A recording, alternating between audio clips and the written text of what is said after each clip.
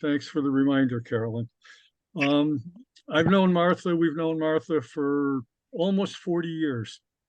Met her at the Bath Peace Group, and she was one of the founding members of the Bath Peace Group, and met her at that program almost 40 years ago, 38 years ago. And she's always been, what an inspiration she has been, to myself, to so many people. And when 2010, something opened up and changed that relationship a little bit, we found out through John Roach. John Roach was putting together a Black Mountain College symposium, and one of the fellow professors of his told him he knows somebody who lives in the hills south of Rochester that went to Black Mountain College. And I think John got very excited about that. Wow, to talk to somebody in the area here that went to Black Mountain.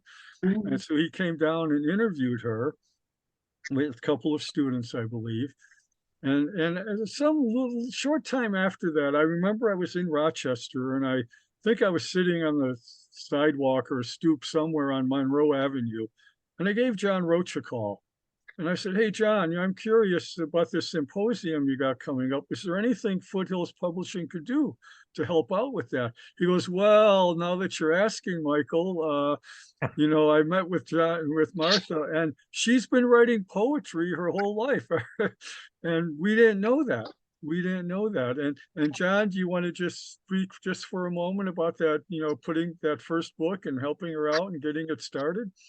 Sure, Michael. Just a slight correction. Okay. Tom Cornell at RIT told, who had known Martha from the writing group. Yeah, the Bath Writers Group. Yep. Yeah. And anyway, he told me, so then I invited Martha to come speak to my class. I was teaching a class on Black Mountain Poetics. She came down, she wowed the students, of course.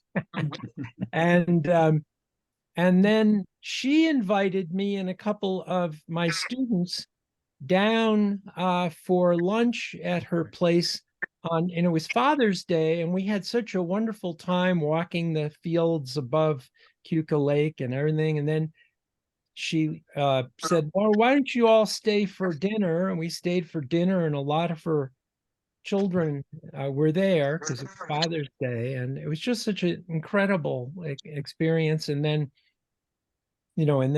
of course, and then we found out she opened the drawer, and I guess very few people knew about these poems, some of which she had written in the 1940s, and then others that were recent. And of course, she'd been publishing with her late husband. She had been publishing local history books, right? Mm-hmm. And they had the Crooked Lake Review, but the poetry was a whole other thing. So Martha came to our conference that October, and I think you had the books ready in time for. We did, yes, we did. For the symposium, which was just wonderful. Yeah. So that started out the relationship with Martha as a poet, again, which, almost none of us knew. And since that time, that was 2010, 8 books. There's been 8 books. The current one, which is her last poems, and the reading she did on Wheeler Hill last September, the poems from that reading, which was the last featured reading that she gave. So there's been 8 books that have been published that if John didn't connect with Martha, who knows what might have happened. So thank you so much, John, for being the instigator for all this, and I think many of you have a number of her books. I know a number of you have never met Martha in person, my Tuesday Zoom people who are here. Some of you have made the trek all the way to the farm and met with her. Others haven't met her, but you know her through the Tuesday Zooms that we've been doing for over 3.5 years. And Martha was always the first one to enter the waiting room. You could just count on Martha's the first one to be in the waiting room. And she was always the first one to read a poem too. When we had open mic theme, she always read first. And that was such a treat. And I know, like I said, some of you never met her in person, but I think you know her and know through the Zooms and through the poetry that she shared. And like I said, she has been just an amazing inspiration and beyond a poet. I mean, she lives on across the Mitchellville Gulf from Wheeler Hill, up on the hills above Hammondsport. Was it four of the children live in the area right there, or with her, or right there? And she was just 94 years old until what was it? George and Lisa was like 3 years ago. She broke her hip, I believe, and yeah, about 3 years ago, and she came through that with therapy and a lot of help.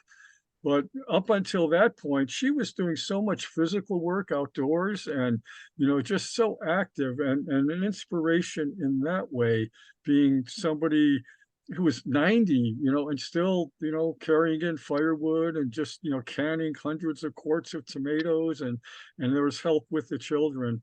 But she was just so active and lived a simple life, lived a life in the country, a simple life, and a really caring person too. One of the treasures I have in memories is we would pick her up on the way to the reading series in Watkins Glen. And we would swing by and Martha would be waiting. And we had the drive from her house to Watkins Glen once a month and just wonderful conversations in the car and just, had just quality time driving in the car and talking before the reading, then after the reading, talking. And that was such uh, something I always looked forward to. I always looked forward to. So again, this is a celebration of Martha's life. Those who just joined in a little bit late, she passed this evening at 5:45. Oh, So what I'd like to do, and like what I do on the open mic theme evenings, well, George and Lisa, I think, do you want to say anything here at this point before we start with the poetry and that?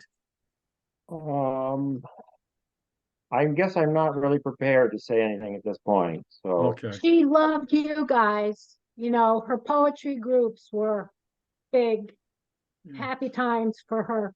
And we didn't know either that she wrote poetry, until, probably about the time you did. So it was a happy surprise for all of us. Yeah. And I know she really it enriched her life, though, when the poetry became part of her life. And after that first book, and she just kept writing poetry and kept writing poetry, which was, like I said, there's 8 collections now with this new book. And speaking of that, I'll put a link in the chat to the new book and all her other books. There's a web page I have with all 8 of her books on there. And I want to make this announcement that any book sales, any of Martha's books between now and the end of the year, we will be donating 50% of all the sales to the Bath Peace and Justice Group. We talked with Martha, Rachel, and that, and decided to, we wanted to donate money towards the group from this new book. And they decided on the Bath Peace and Justice Group. Some of you locally know of the group, and Martha was one of the founding members of that group. So any book sales between now and the end of the year of Martha's books, 50% will go to the Peace Group.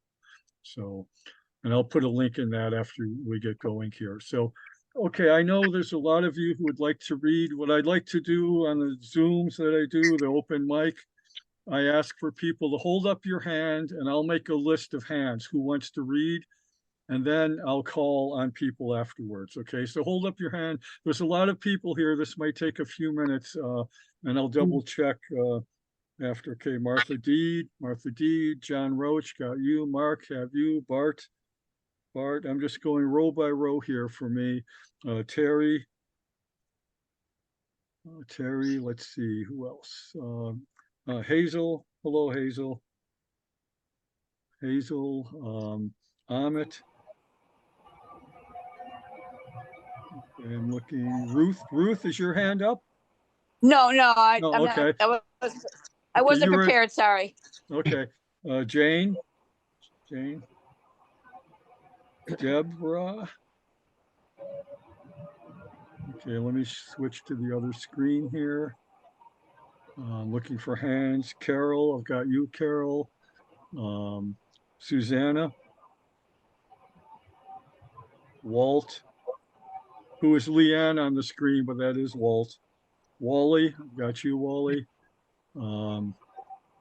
Rhonda. Howard. GS. Robert. Dennis. And I think, okay, who did I miss? If I didn't call your Meryl name? Nowak. Meryl Nowak. Meryl, yeah, Meryl, okay. Yeah, because I can't see Carolyn. your hand, but Meryl wants to read. Carolyn? Carolyn? Anybody else that I missed? Okay, so what I'd like to do is I'll call on people and if you could read maybe a poem from if you had the PDF of the new book and another older poem, a favorite of yours, you're welcome to read up to 2 poems. And if you have any comments you want to make, in relation to Martha, feel free to do so at that time. After we go through all the poetry, then I do want to open it up for other people to just make comments and anything you might want to say, okay? So why don't we start with, let's go start with John, who started this all out, the poetry end of it with Martha. Yeah, thank you, Michael. I just wanted to also the memories. Some of you used to go to the cloudburst gatherings at the Gel Center in the Finger Lakes that we had for. Well, it's on again in a different location, but I was there for, I don't know, 9 years or something of it. And Martha, just really enjoyed that. Well, yeah. Okay. So I've got, if it's okay, I'll read 2 poems from the new collection because that's what I Okay, had picked great. out. Super. And can you hear me okay? Yes. Yes. Yes. And the first is called Sonnet to a Three-Legged Pot. My grandma did not need a 3-legged pot of bronze. She had a good wood-burning stove. When the old bronze pot came down to her, she gave water to her chickens in it. I can see the scars made by the pick where she broke the ice in winter for her flock. But some grandmother was proud of the pot with the elegant curved legs that sat by her fireplace fender. It has no handle. That's because, my grandma says, an angry dealer stamped it off in a defeated rage when she refused to sell her old bronze pot. Now, when I lay my hand on the scarred bronze, I feel a warm grandmother's hand on mine. Yeah. Yeah. And the other one I want to do is called Completing the Poem. When you write a poem, don't use just your eyes. Don't just describe the sunlight on bright colored trees with a flight of birds over them. Yes, we love the picture, but if it is just a picture, the poem is not done. The best part is left out. We need to know what it does for you, the poet. Do you shiver with pleasure? Do you gasp for breath? Do tears fall? Don't forget that part of the poem. Yeah, wonderful. Good advice. Good advice. And can I ask everybody to mute yourself, unless you're going to be reading, then on mute, just because we have been getting a little bit of, outside noise that comes in. So if everybody could mute yourself, that would be good. Okay, thank you, John. Carol. Okay. Let's see, where is Carol? Oh, there she is. Now, 2 screens, it takes a while to get to see where the person is. Okay, we got you. Okay, it was hard to choose a poem. She wrote so beautifully. I have all her books, and there was so much. I just loved them all as I was going through. But the one thing I really admired about her is how she would observe the everyday, ordinary goings on, and then wove it into words that became pure joy for the reader. So the one I chose to read is from Hanging by a Limb, and it's Chipmunk Does Daily Dozen. Chipmunk did his routine this early morning on my porch. He stretched and scratched, getting all 4 armpits, but never mixing up his feet. He wiggled and shook, waking every cell in his body, loosening every muscle. When he was ready for anything, he streaked off to start the day.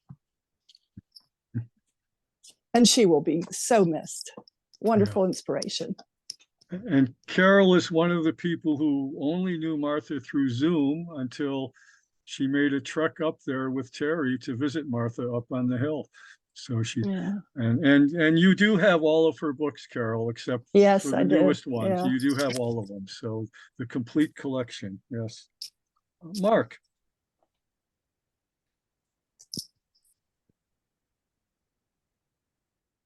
And you're muted, Mark. You're muted.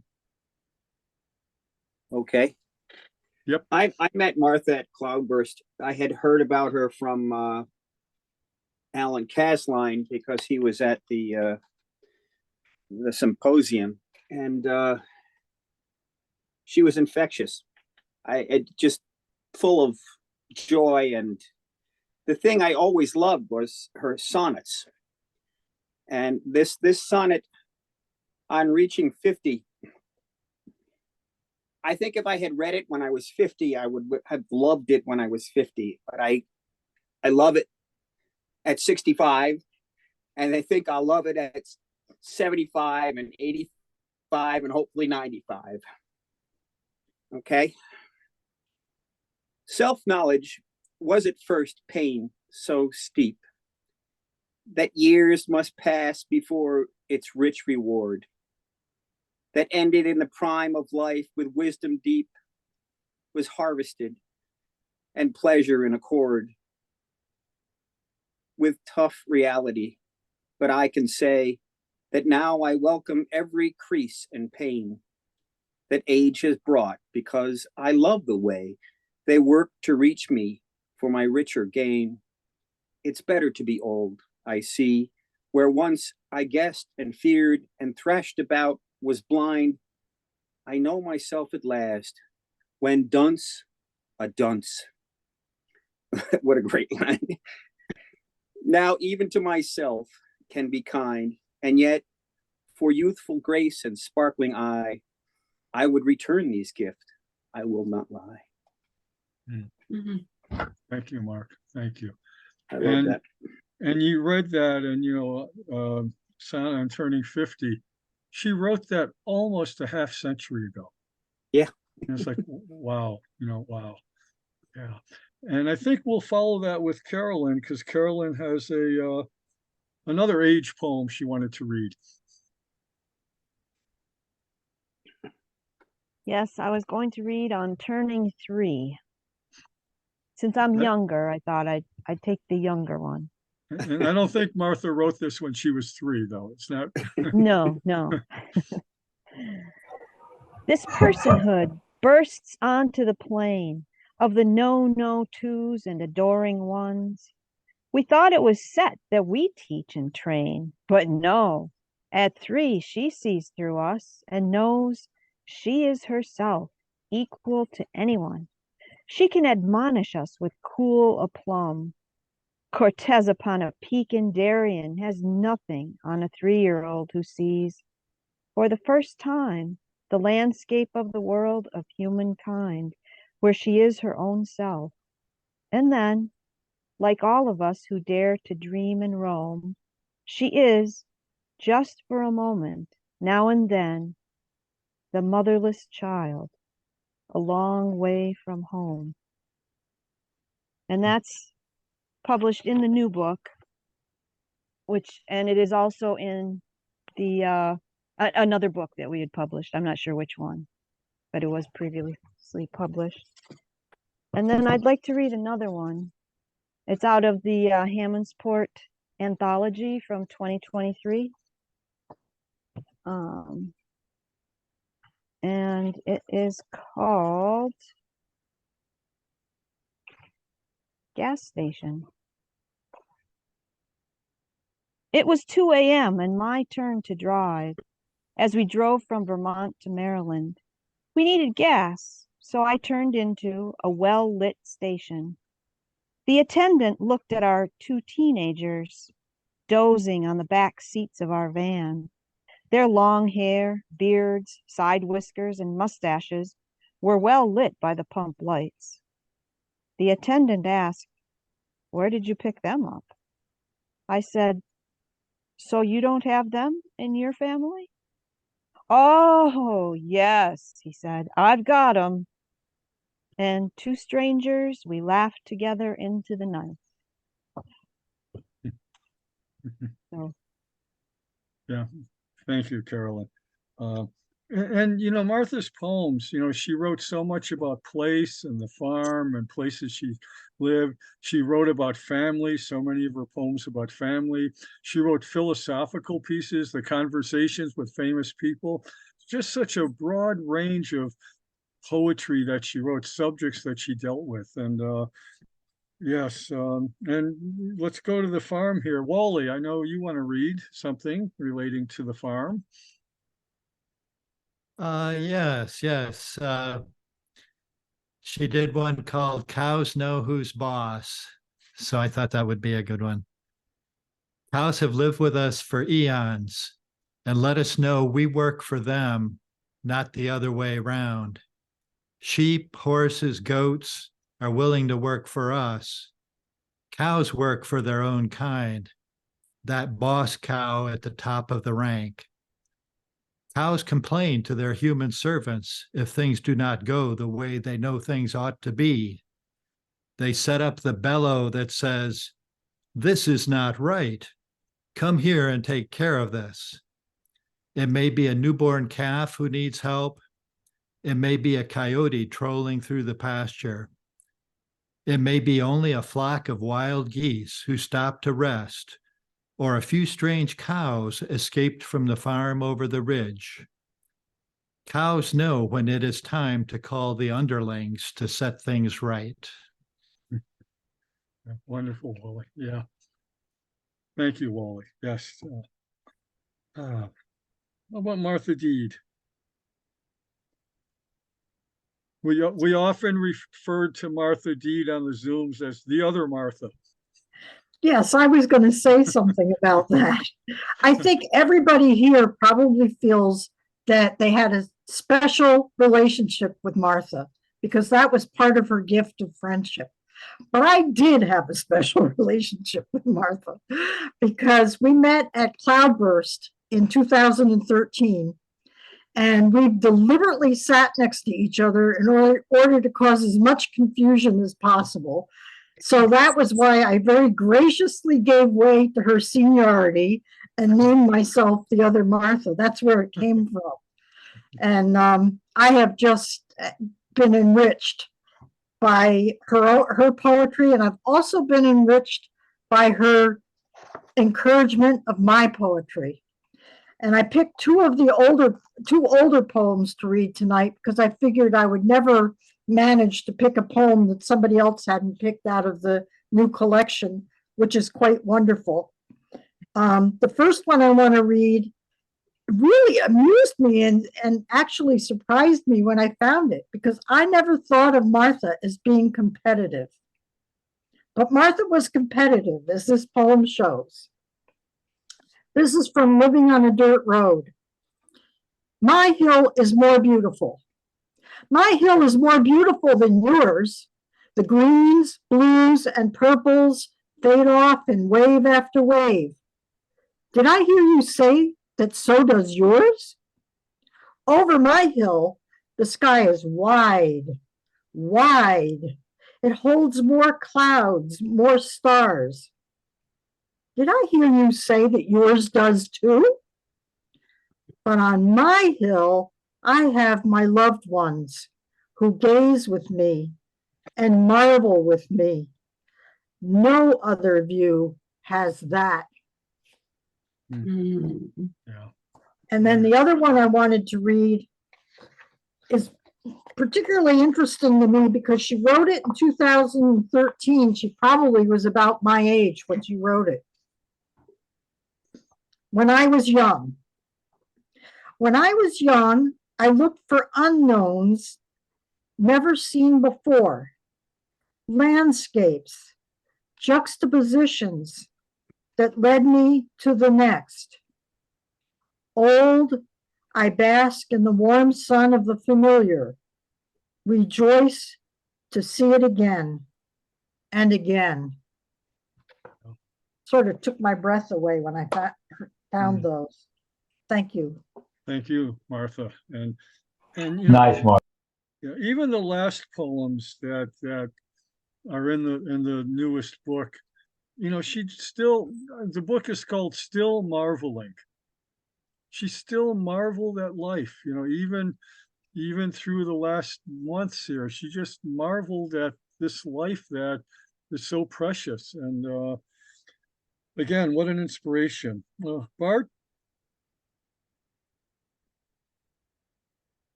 Thanks, Michael.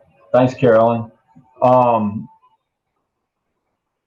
wanted to just give a shout out to Foothills for bringing us all together for this, and through that deep connection that y'all have had throughout the entire poetry community, but Martha and John, the connections are just, it's just marvelous to consider now, you know, at this moment. I felt a sort of a point of pride with Martha being at Black Mountain College, because Black Mountain College is just a few miles down the road from where I grew up in Asheville, North Carolina. And it still amazes me that such a bold and brilliant, creative community came together in the 40s and 50s, you know, practically on my doorstep, refugees from Nazi Germany, brilliant American creative people, and that Martha was tuned into that. So, John, I look forward to rereading, and Michael and Carolyn, what's in here from this book, Black Mountain to Crooked Lake. I've got this book on my shelf of hers, We've Reached Home, and the books are just so beautiful, but she says something really poignant to me about poetry that I just want to share, and then I'll read the poem that I've chosen.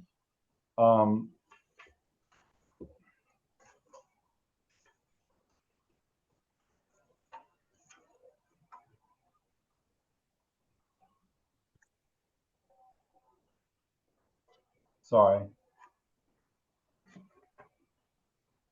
My poems come from this mountaintop. When does a poem strike? They come when I'm doing chores, gardening in the summer, stoking fires in winter, when I'm playing and laughing with my children and grandchildren, when I'm reading and rereading my favorite writers, when I'm sitting in a rocking chair on my porch, watching nature's antics. That gave me a lot to thought about. So Michael and Carolyn, I am so looking forward to this new book of hers, Marveling, still marveling, but I did look backward. I think this is one of the most beautiful covers, Hanging by a Limb. It's Martha's daughter, Barbara, I believe, who painted that, right? And I also love all the thank yous in here.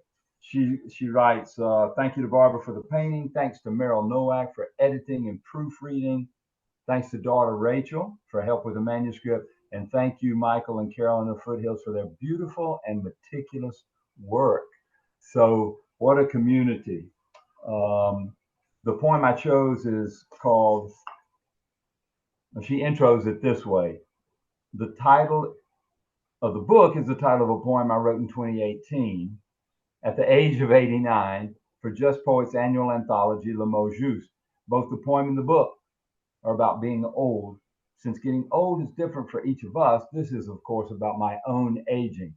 And if I can absorb this lesson from Martha, I think I'll die a happy man. Hanging by a limb. Year by year, the limb sags a little. Year by year, my hands slip a little. Year by year, my arms tire, but the view is spectacular.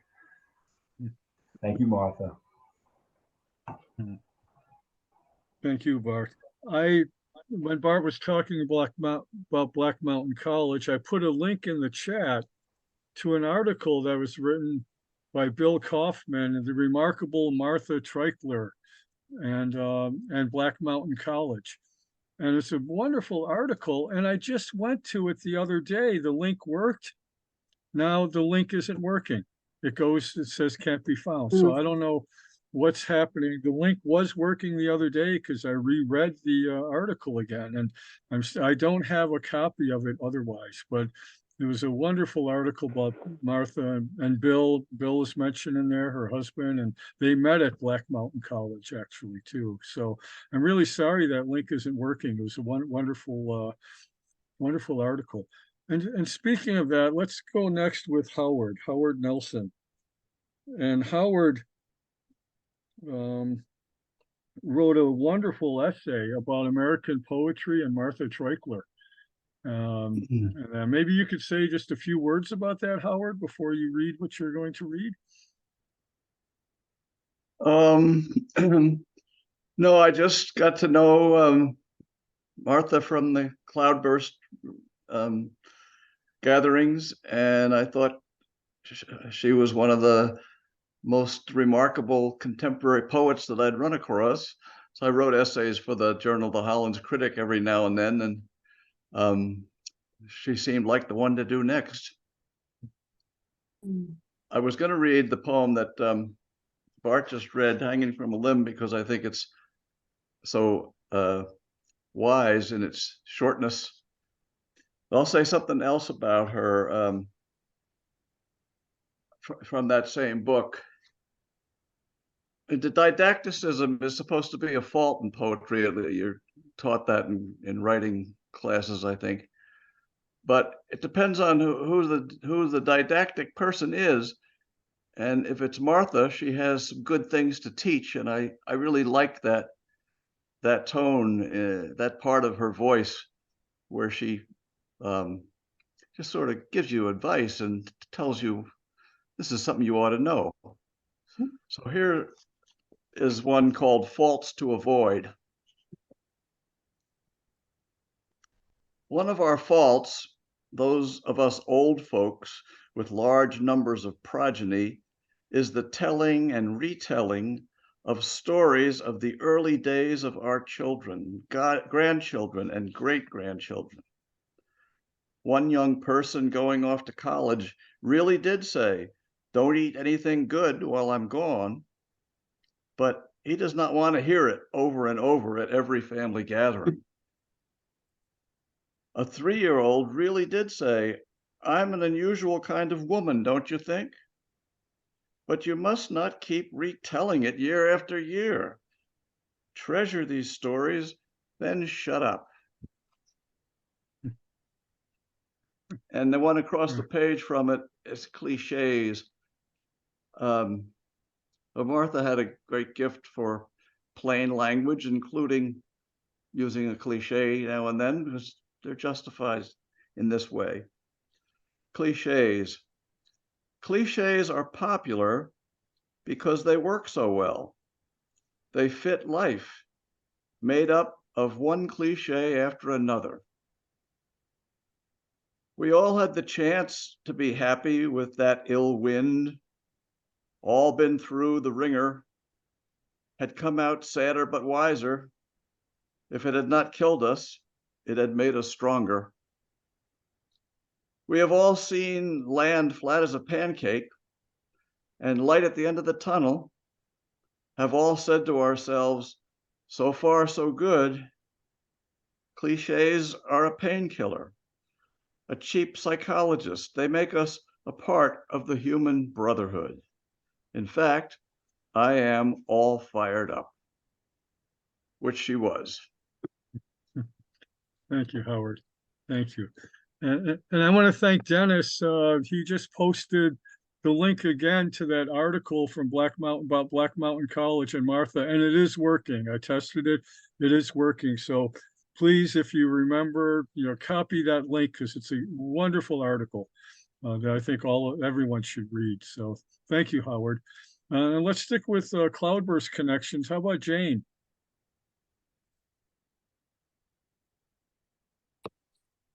I Martha was a very special person. I knew her from Cloudburst.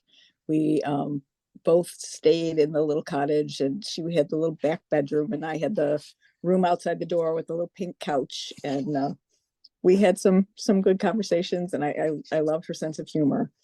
I had picked two poems from Living on a Dirt Road. The first one, The Lesson, which I remember Martha reading, and just seems like just a happy view of what she learned. So, The Lesson, 25 years as a nursing home dietitian. And what did I learn? I heard Mrs. C day after day, hour after hour, ask the nurse, do they know I'm staying? Do they have a bed for me tonight? Nurse says, day after day, hour after hour, yes, Mrs. C, you are all taken care of. I heard Mr. S say anxiously to the nurse, I must get to work. I'm late already. Nurse says cheerfully, the plant is closed for the holiday. You don't need to go to work today. Mr. S relaxes, relieved. I heard Mrs. V say, stop, nurse, I want to tell you something. Nurse stops and smiles. Mrs. V says, I'm John V's mother. Nurse smiles and says, I know that. Mrs. V says, and I want to be your mother too. Nurse smiles, says, that would be nice. I would like that. Mrs. V wheels off down the hall, happy as a child with a lollipop. So I did learn something. When the mind returns to infancy, you no longer need reason or justice. They are useless to you. You need understanding and a kind face smiling at you and a cheerful voice agreeing with you. Martha smiling and agreeing and meeting people in the world where they're existing. Yeah. The other poem that I chose is Sonnet to Cynicism, just because it seems to really fit this day and age. Is humankind the only animal who can fool himself? Can only we see ourselves as true blue when we are blind, pig-headed, and unfair? And can only humankind see himself as tolerant, open-minded when he is indolent and disengaged, as fat when thin, as thin when fat? We have known about the emperor who had no clothes. Can we ever see ourselves as others see us? But then, which others? How can we know who we can trust? Whatever choice we make or path we take, for old and young alike, the only view we humans have is how we see ourselves. Yeah, thank you, Jane. Thank you. Hazel.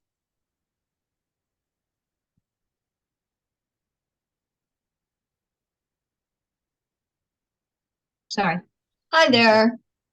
Hello. So I was thinking how long I've known Martha. I think about 50 years. And Rita and Jane and I had a lovely visit with her on November 6th. And we just had a wonderful time. And Rachel was so gracious to allow us to visit. And so I think the timing of her death is, it means a lot to me in that she wanted us all together tonight and that we could celebrate her wonderful gifts. Somebody was saying something about she makes everyone feel special, and she certainly did make me feel that way too, and was most appreciative of any little thing. I remember saying to her when she gave me her book about the conversations with famous people, how did you come up with that idea? And she acted like, well, of course, wouldn't anybody do this? You know, I was just so tickled about how she saw herself as nonplussed. So tonight I would like to read to my children and grandchildren from Hanging by a Limb.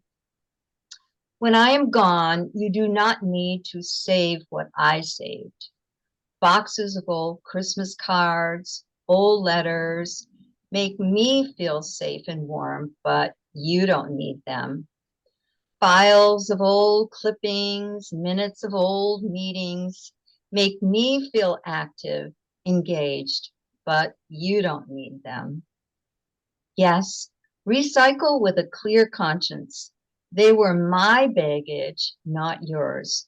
Enjoy storing up your own. And that was one thing I loved about her poetry, was her humor. And there we are, storing up our own, right? Yep. And then this one made me think of Bill. Spring comes to the old widow, and this is from We Have Reached Home. Even as the daffodils bud through the snowdrifts on our north lawn, deer and turkey graze and browse closer to our door. Even so, your love, a winter-long fire, is now a green shoot wanting to blossom. And she and Bill had a wonderful relationship. We should all be so lucky. Thank you, Michael and Carolyn. Thank you, Hazel. Thank you. Hazel, I'm sorry. What book was that last poem from? Is that from the new manuscript or? No. We have reached home. We have reached home. Yeah. Thank you. Sorry, Michael. Okay, that's fine. Thank you, Hazel. GS. So it's weird. I think we were caps where Martha would start your Zooms and you'd often have me finish the Zooms. And I always appreciated the evening starting off really powerful. And I was lucky enough to share the stage with her in April at the fundraising event that you did in Hammondsport. And I remember ironically reading right after her immediately and saying that she was a powerhouse. And then of course, she gave me a finger wag and a good talking to at the end. And she signed the variations on a theme book, which I really adore. So I didn't know her very well, but in the last couple of years, she was an absolute influence. She's fantastic. So with that, from the current book, there's a really awesome Thank You, Mother Nature, and then one from Variations on a Theme. So thank you, Mother Nature. Thank you, rolling green and purple hills. Thank you for the red of sunrise. Thank you for the patches of sun and shade. Thank you for the sheer beauty of green arrangements of light and shade of hills and clouds, topped by a flock of birds sweeping by to take over the picture. Thank you, Mother Nature, for the skill you use in your sweeps of bird flocks. And that's from the new reading. One of my favorites is from Variations on a Theme, and it's Has Love Changed? And I'm not really a love poem kind of person, but this one was cool. Has love changed? From the buffet of rain and wind, the wounds and aches of the hunt, and the loneliness of the unknown trail, to the healing safety of home, firelight in the cave wall, chatter, laughter, roasting roots, roasting meat. Now I pull up a chair, take my place at the table, comforted, healed. Has love changed? Thank you, Martha. Yeah. Thank you, GS. And that first poem he read, Thank You, Mother Nature, it's in the new book, and it was one of the last two poems that she finished. And that was written just in September. And, so one of the last poems, it's thank you. Thank you, Mother Nature. Thank you. What, like I said, what an inspiration. Susanna? Rachel, all our love, all our sympathies to you and the family. She was such a special person, and all of you are just wonderful. It's such a privilege to know you. Her piercing eyes are imprinted on my heart. Those strikingly blue, curious, lively eyes. I so loved all the personal stories, that charging bull she turned to confront, as a little 6-year-old standing up on the teacher's table in front of 30 students while the teacher safety pinned her elastic in her underpants. She was grateful for the good fabric in them that With had been ruffle. a hand-me-down. Just so touching, everything. It's hard to choose, but I did skip that and I went to the preservation of our planet in Hanging by a Limb, Infinity in All Directions. I don't care if our Earth is only an atom in an infinity of time and space because it works so well. All of us, from ants to zebras, fit into our planet home, hungry for the food Earth offers, thirsty for its waters, yearning for each other, nourished by its beauty. I don't care if there are trillions of galaxies in our universe. Our work must be to learn what Mother Earth needs from us to keep it going, then do it. And the other one, I think very appropriate for this moment. It doesn't matter. It doesn't matter if we stop global warming, if we keep fighting wars. It doesn't matter if we protect our pure water, if we keep waging war. It doesn't matter if we have clean air, if we keep dropping bombs. It doesn't matter if the soil is saved, if we keep making war. War can destroy the earth and all that's in it faster than all other means combined. Thank you, Martha. Thank you. Yes, yes. And thank you, Susanna. Thank you for your words. Yeah, often on those rides from Watkins Glen and that war would come up in the conversation. Martha would speak about how so many wars are because of religion. You know, religion causes so many wars, and she just couldn't, understand that. Why religion, Thank you, Susanna. Dennis?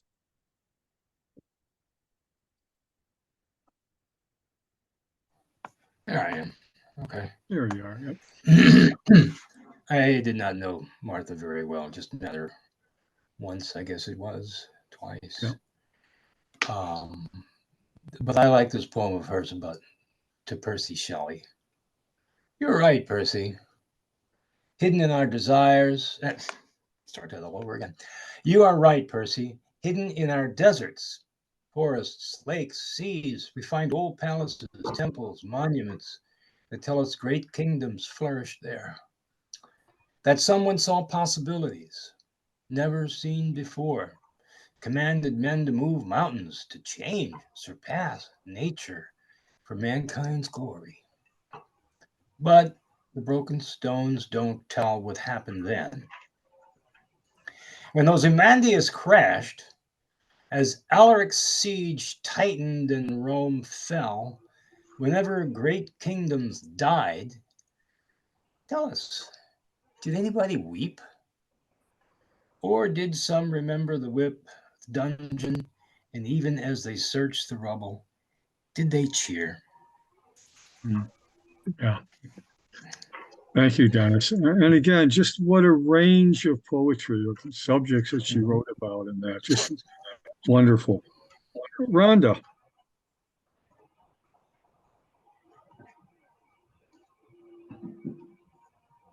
I knew you were going to call on me. Isn't that interesting? So weird. Well, I wasn't close to Martha, but I've known her a really long time, and I feel like our orbits, overlapped over and over and over again. I guess I first knew her from the square dances at the farm, where she was just the consummate hostess, just warm and welcoming, and just, instantly you felt at home there. And then, the peace movement, all the work we did, anti-nuclear stuff, and of course, then the poetry circles. And even though I wasn't close to her, I just loved her. I mean, you couldn't help but love her, right? And people talked about that sparkle in her eye, her spunkiness, just her utter, like, almost like audacious aliveness, such an inspiration. So yeah, I'm grateful to have had her as the role model of how to live. Even though Susanna talked about this poem, I'm still going to read it when I put my other glasses on, because I loved it so much, and I just could totally see her as a child. Plus, my mother made all my clothes when I was little too. So this is called Depression Clothes. My sisters and I were lucky. Our mother could make a pretty dress out of cloth that cost 13 cents a yard. And we got hand-me-downs, lovely, expensive dresses and underwear from our friend Miss Anna, nanny for a local bigwig. One day, coming in from recess, I had to report to Miss Hughes that elastic in my hand-me-down panties had broken. Cheerfully, she stood me on her desk, a grown 6-year-old, in front of 30 other children, lifted up my skirt, made a big pleat in the back of my underpants, and fastened it with a big safety pin. Was I humiliated? Angry? Not really. My main thought was, if you have to stand on a teacher's desk and have your underwear exposed to the whole class, it is good to have on something with eyelet ruffles. Yeah, I'm glad you read that because Susanna mentioned it, but that poem had to be read tonight. It had to be read. Yes. Over. It was I chose like 7 just in case, that was my number 1, and I could stop there. Okay, thank you, yes, Rhonda. and my heart goes out to the family. She was just such a big energy, and it's going to be a huge loss. Yeah. Thank you, Rhonda. Thank you. But yeah, I'm glad you read it because I was thinking, okay, am I going to have to read that poem? I think it was much better that you read it than me. Meryl.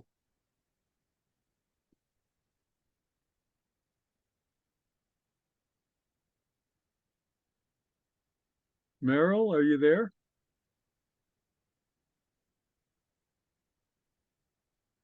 She's muted. Yeah, you are muted, Meryl. If you're. Ooh, we can't hear you, Meryl. It's all garbled. It's all garbled. You're not we can't understand you at all.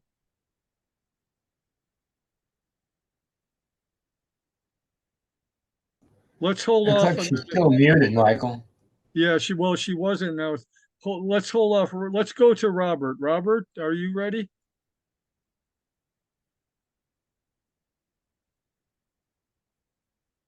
I'm ready, but I'll probably be garbled too. Can you hear me?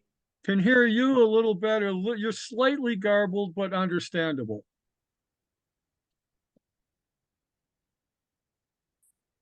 Okay, What I'll y'all try have for it supper, then. Bob? From Limoges. Excuse me? No, go ahead, Bob. Robert, go ahead. Just read.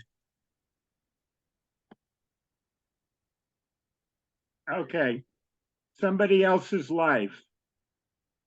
Of course, all land is old, billions of years old. But on our old land, there are signs someone lived here before we came. There's the worn out house, shaggy fence rows, ancient apple trees. Small things are here too. In the garden, loam, an arrowhead of dark gray stone, sharp edges, pennies, 1826, 1832, old bottles, green with age, shards of broken dishes, blue and white, pieces of cracks and tiles.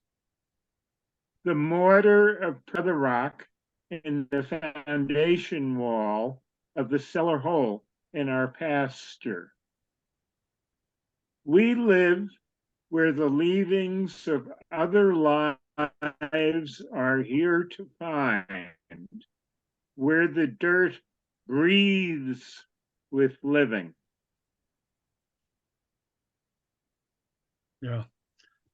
And that so speaks to where they live on the hill, that we can almost see each other's property across the gulf in that. Yes. Thank you, Robert. And that was mostly only a word or two got garbled. We were able to understand that. Should we try again, Merrill? One more try? I can do that. I would like to read Breaking the Cycle of Life into this. It's not really working, Merrill. It's just all garbled.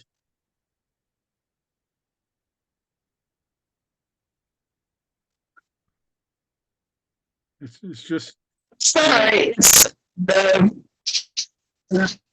snow is coming in. no. Yeah, it's just all garbled, Merrill. It's not going to work, okay?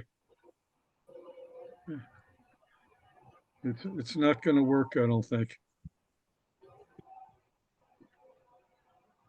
Okay, we're going to go to somebody else at the moment. Maybe we'll try one more time. I've got, I think, 3 more people on the list, or 4 people. Amit? Amit? No.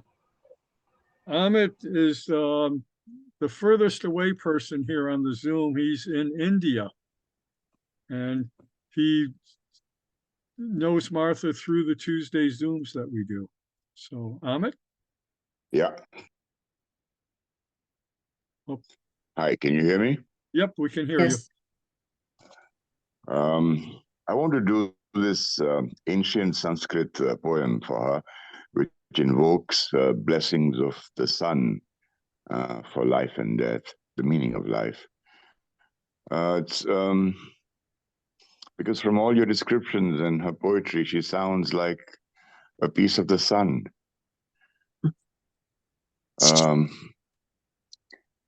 Om Bhur Swaha Tat Saviturvarenyam Bhargo Devasya Dhimai Dhiyo Yona Prachodayat Swaha Om Bhur Swaha Tat Saviturvarenyam Bhargo Devasya Dhimai. Could you read this poem so I see? Sorry about that. I muted her. What's that? I had to mute Merrill. There was some noise coming through. Amit, Yeah. is that the Gayatri mantra?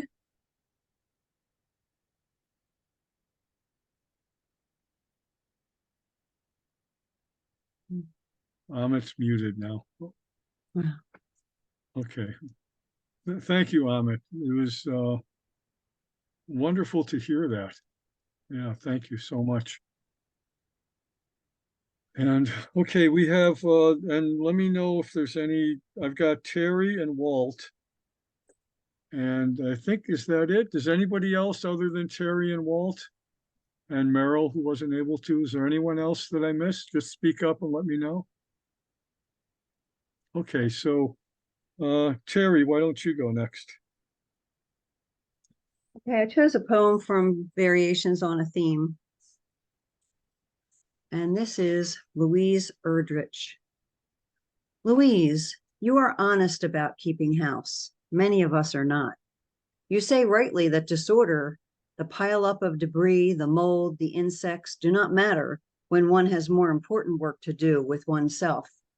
But I confess there were times when the shout of company could send my family scurrying to move extraneous bedding, clothing, tools, recreational equipment, piles of magazines and books into the nearest closet, bedroom, under the kitchen sink. Once a neighbor's child was present when the call came. She rallied with the best of us. Our name is Legion.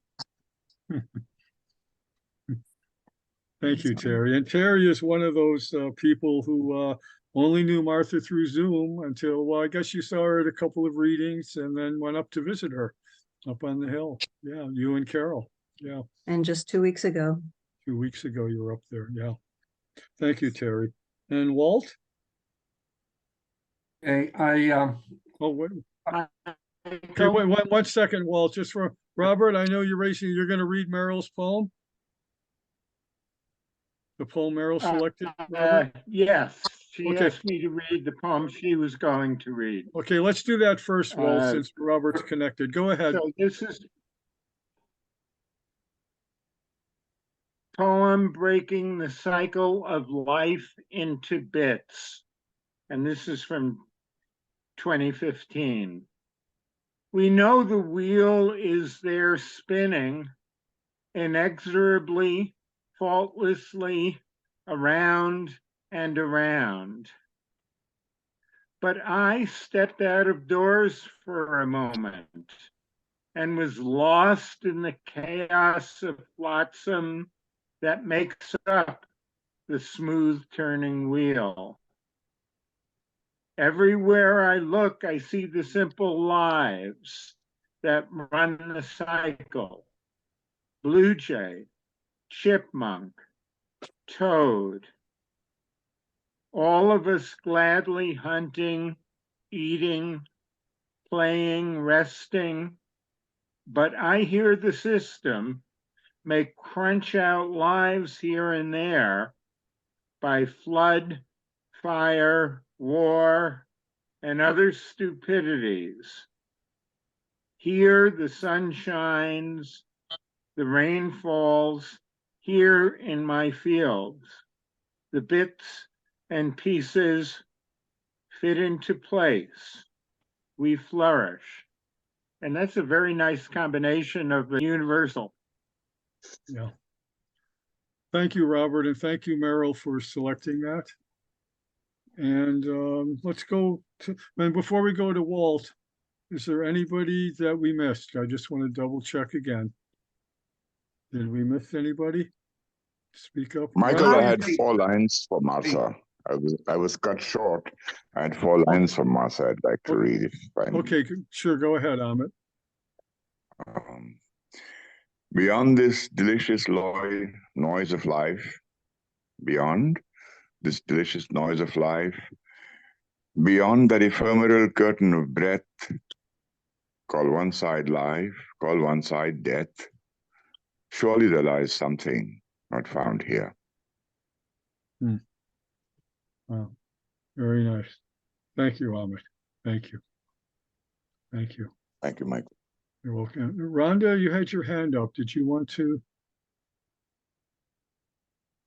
I did. Mike, I want to read it. Kate, okay. I want to read a really short one from Hanging by a Limb called Turkey Buzzard. On the ground, hunched over roadkill, the ugliest of birds. In the air, wings spread, beauty queen of the sky. Yeah. In fact, read that again. Okay. Turkey buzzard. On the ground, hunched over roadkill, the ugliest of birds.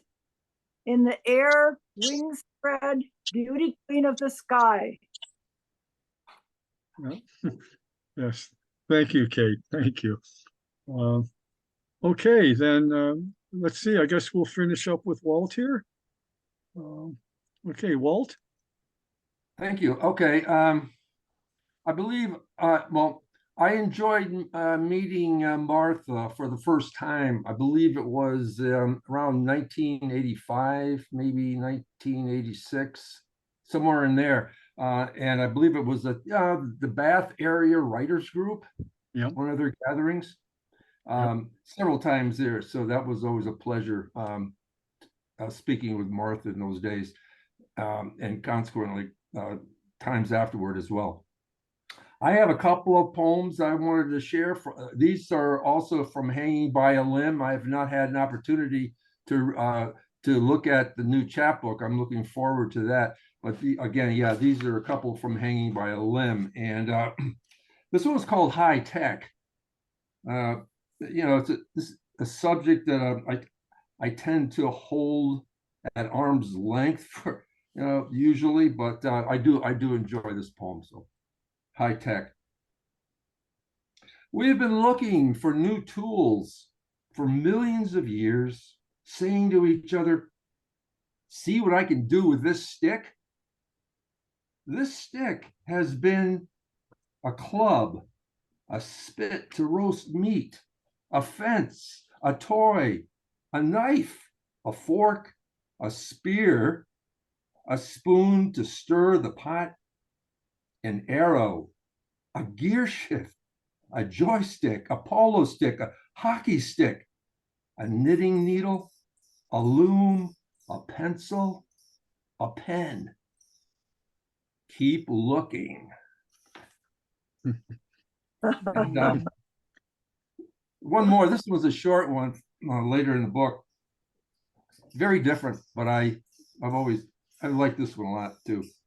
It's called Leaves in the Wind. Does a chipmunk imitate a dry oak leaf in the wind? Or does the leaf copy the chipmunk? The leaf dances across the grass, stops suddenly to look around, quivers, then races on. The leaf can do a sparrow too. Yeah. Thank you, Martha and Wonderful. family. Yeah, I have to read a poem following that first poem you read, Walt. And this was written just in August of this year. And it's called Can You Be Human Without an Addiction to Tools?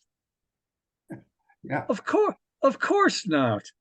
The use of tools is built into the human fiber, both physical and mental.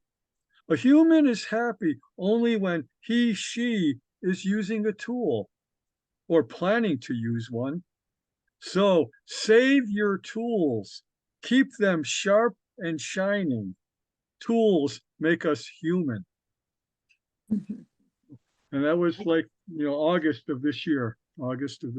So thank you, everybody who shared poems. Does anybody have, I know a number of people were here to listen and that. Do any of you have any comments you want to make about Martha or that? Just speak right up. I don't need to call on you, okay? If anybody has something more to share.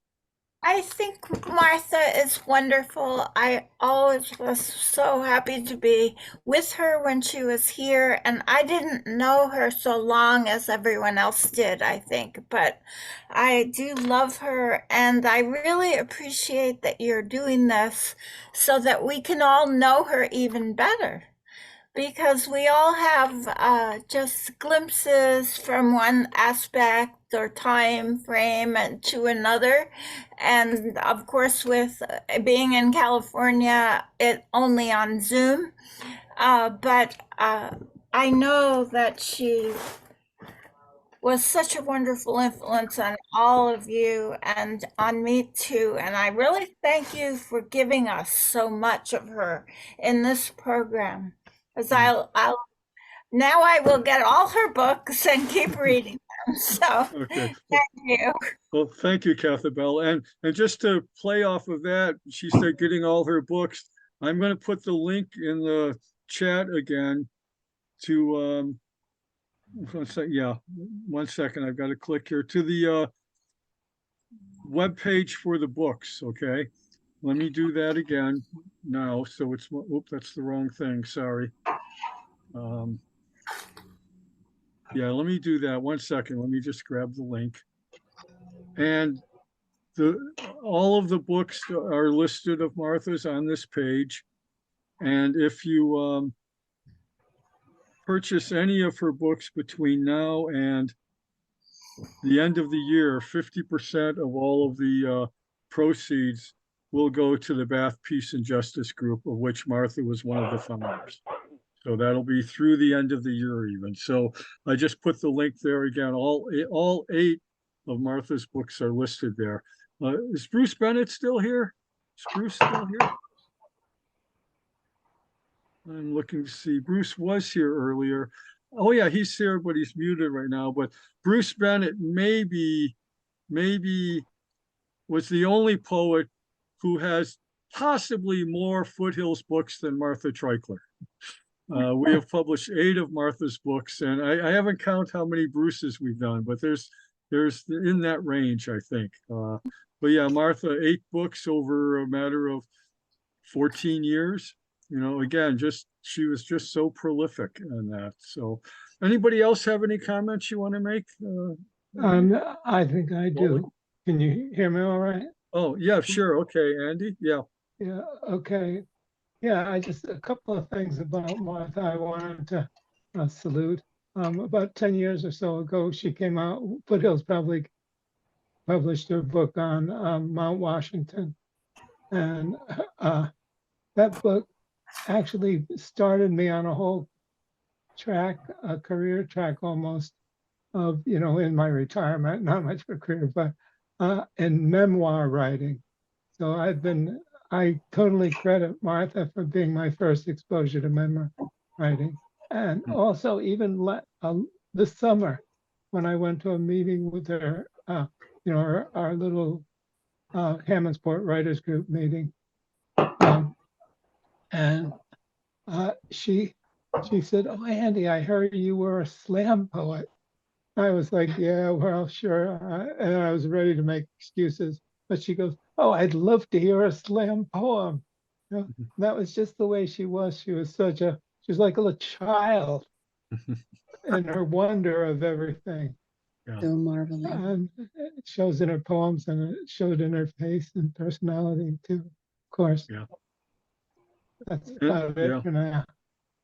Well, and again, this last book is called Still Marveling at life, you know. It's just what an attitude, what a wonderful attitude. Yes. Thank you, Andy. Anybody else? Wally, you wanted to say something? Yeah, I just wanted to say thank you to you, Michael and Carolyn Foothills for making the offer of contributing to the Peace Group and to the Treichler family for honoring the Peace Group with that direction of funds to us. And that's how I interacted with Martha a lot through the Peace Group. That was where I usually saw her. And you mentioned she was a founding member, and she always had good ideas on what needed to be done. And if I was missing something in a meeting, she would give me a little prod and say, got to take care of this, Wally, you know, and that sort of thing. And I really appreciated that. And Joe and Rachel may need to take up some of that slack in the future. So, but thanks to Martha for Yeah, and like I said, that's where I met Martha first, was at the Bath Peace Group meeting way back in 1985. And that was the first poem I ever read in public. And she was there for that, you know. So poetry was involved early on. Go ahead, Carolyn. I'd like to read one other poem. It's come up a few times now, this marveling. And of course, the title of the new book is Still Marveling. And that comes directly from a poem that she wrote last October 25th. And it's called Growing Old. The old have many things they cannot do. They can no longer dance and run and ski, but they can still marvel at the new great-grandchild, at the new sunrise, at the newborn lambs and calves, at the beauty of green hills, fold after fold into the horizon. They are still nourished by a warm hug. Yeah. Thank you, Carolyn. Yeah, thank you. Any other final comments from anybody? Just speak right up. One thought occurred to me, Michael. Ever since I encountered her on your Zoom, she had this wonderful nurturing nature, you know. Yeah. And I was just thinking, is it possible that someone creates a website of her poetry? Because while you have so many theories about poetry, there are very few people who elucidate what poetry is in the simplest way possible. And for young people, they can just pay $1, get onto that site, and read her poetry. You don't need any theory. You don't need any didactical, um, overbearing investment. Just each poem is such a lesson in the fine art of communicating through poetry. Yeah. So if someone would create a site where you pay $1 to access the site, and you just read her poetry, and each poetry is a lesson in the fine art and craft of writing. It's so simple and so easy. It's beautiful. Well, Unfortunately, I'm on the other side of the world, and her books are not available here. Yeah. But I would love to get my hands on them. Yeah. If someone can take responsibility to send them to me, then I'll try and arrange for the money to reach them through PayPal or whatever. Okay, well, I'll do that. we'll be in touch on it, okay? Thank you. We'll be in touch, and thank you about that idea. Any other words from anybody? Just speak right up.